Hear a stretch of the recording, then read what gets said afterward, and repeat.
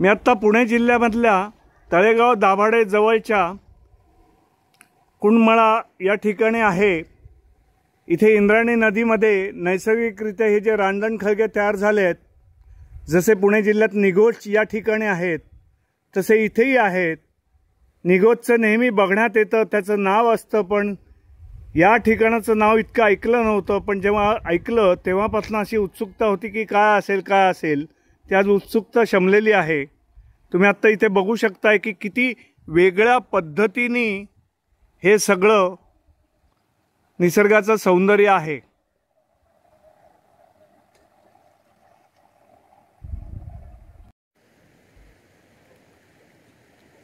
मी आत्ता पुणे जिल्ह्यामध्ये तळेगाव दाभाडे जवळ कुंडमळा या ठिकाणी उभा आहे। इंद्रायणी नदीच्या पात्रामध्ये मी उतरलो आहे आणि जसं पुणे जिल्ह्यातल्या निघोज येथे नदीच्या प्रवाहामुळे रांजण खळगे नैसर्गिकरित्या निर्माण झाले आहेत, तसंच काहीसं दृश्य या कुंडमळा गावाच्या जवळ आपल्याला बघायला मिळतं। आणि हा जो सगळा अप्रतिम असा नजारा आहे, हा पुण्या मुंबईच्या इतका जवळ आहे की आपल्या सर्व लोकांनी इथे आवर्जून येणं अत्यंत आवश्यक आहे। या ज्या सगळ्या गोष्टी आहेत या भौगोलिकदृष्ट्या आणि भूगर्भशास्त्रदृष्ट्या पण खूप महत्त्वाच्या आहेत। आता मी जरा थोडं कॅमेराचा फोकस आणखीन वाढवून कशा पद्धतीने हे रांजण खळगे तयार झालेत हे तुम्हाला दाखवण्याचा प्रयत्न करतोय। आता हा जो कॅमेरा मी फिरवतोय, तुम्ही आता हा जो पाण्याचा साठलेला भाग बघू शकताय किंवा इथे मध्ये असे वर्तुळाकार हे जे भाग दिसत आहेत त्यालाच रांजण खळगे असं म्हणतात। आणि तुम्ही त्यांच्या जवळ गेलात तर किमान 9-9, 10-10 फूट असे पण रांजण खळगे इथे तयार झालेले आहेत। हा सगळा निसर्गाचा आविष्कार बघताना खूप बरं वाटतंय। आता हे बघा, आम्ही इथे माझ्या पायाच्या जवळ हा जो एक रांजण खळगा आहे, तर तिकडे कॅमेरा नेला आहे। तुम्ही जर बघितलं तर तुमच्या लक्षात येईल की या पद्धतीने इथे हे सर्व निसर्गाचं क्रिएशन आहे। तुम्हाला हा व्हिडिओ कसा वाटला हे मला जरूर कळवा। मी आता जरा 360 अंशातनं कॅमेरा फिरवून या प्रदेशाचं दर्शन घडवण्याचा तुम्हाला प्रयत्न करतोय।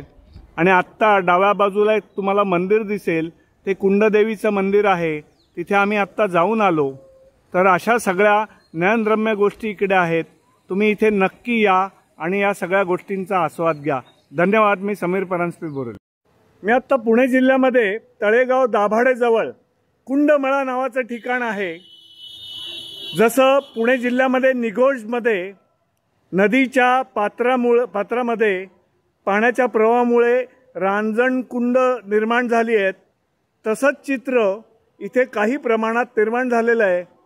हे तसं म्हटलं तर पर्यटकांच्या दृष्टीने थोडं दुर्लक्षित ठिकाण आहे, पण मी मुद्दामून इथे यायचं ठरवलं कारण इकडे ही जी निसर्गाची जी वैविध्यपूर्ण अशी रचना आहे, आता तुम्ही बघू शकताय की ही कशी रचना इथे तयार झालेली, ही अशी रांजणं इथे सगळी तयार झालेली आहेत। आणि हे सगळं बघणं आणि अनुभवणं हा एक वेगळा असा अनुभव असू शकतो।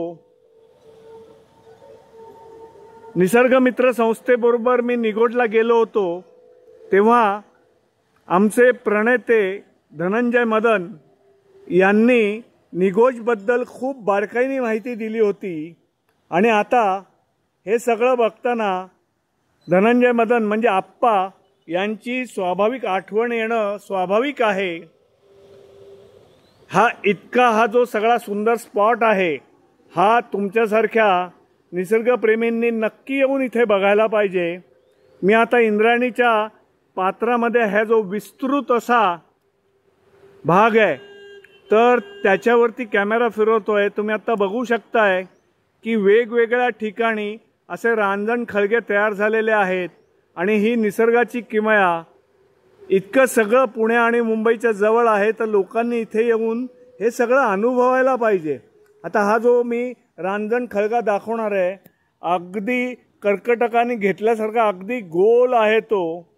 तर या सगळ्या गोष्टी तुम्ही अनुभवा आणि हा जो सगळा परिसर आहे हा देखील पावसाळ्यात आणि हिवाळ्यात निसर्गरम्य असतो। आता उन्हाळ्याची नुकतीच सुरुवात झाली आहे, त्यामुळे तुम्हाला आता लक्षात येईल की पावसाळ्यामध्ये किंवा हिवाळ्यामध्ये इथे नक्की या, म्हणजे तुम्हाला अधिक बहारदार असं दृश्य बघायला मिळेल।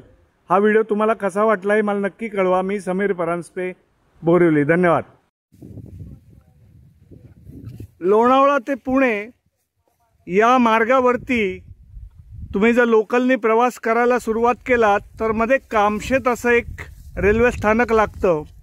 या स्थानकाबद्दल मला नेहमी कुतूहल असं होतं की रेल्वे स्थानकाच्या शेजारी एक नदी वाहताना दिसायची आणि मी वर्षानुवर्ष प्रवास करूनही कधी कामशेतला उतरलो नव्हतो। मला ती नदी नेहमी खुणवायची। आज मी चक्क कामशेत रेल्वे स्थानकावरती उभा आहे, म्हणजे त्याच्या नजीक उभा आहे आणि त्या रेल्वे स्थानकाच्या जवळून वाहणाऱ्या या इंद्रायणी नदीच्या पात्राचं आत्ता विहंगम दृश्य तुम्हाला दाखवतोय।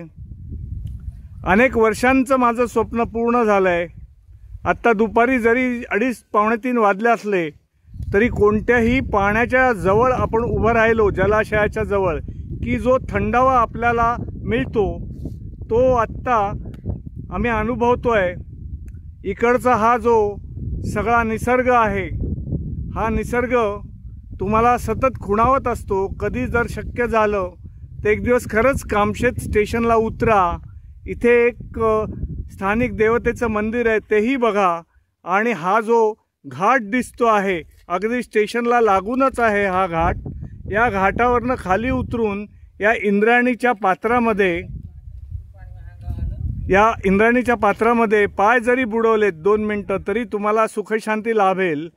फक्त जिथे नद्या असतात त्या नद्या या मानवासाठी खूप आवश्यक असतात, पण माणूस जो सगळा हा कचरा करतो, या सगळ्या गोष्टी जर आपण टाळल्या तर आपण नद्या नक्कीच चांगल्या ठेवू शकू आणि याच नद्या आपल्या आयुष्यासाठी खूप काही चांगलं देऊ शकतील। हा व्हिडिओ तुम्हाला कसा वाटला हे मला नक्की कळवा। मी समीर परांजपे, बोरिवली। धन्यवाद।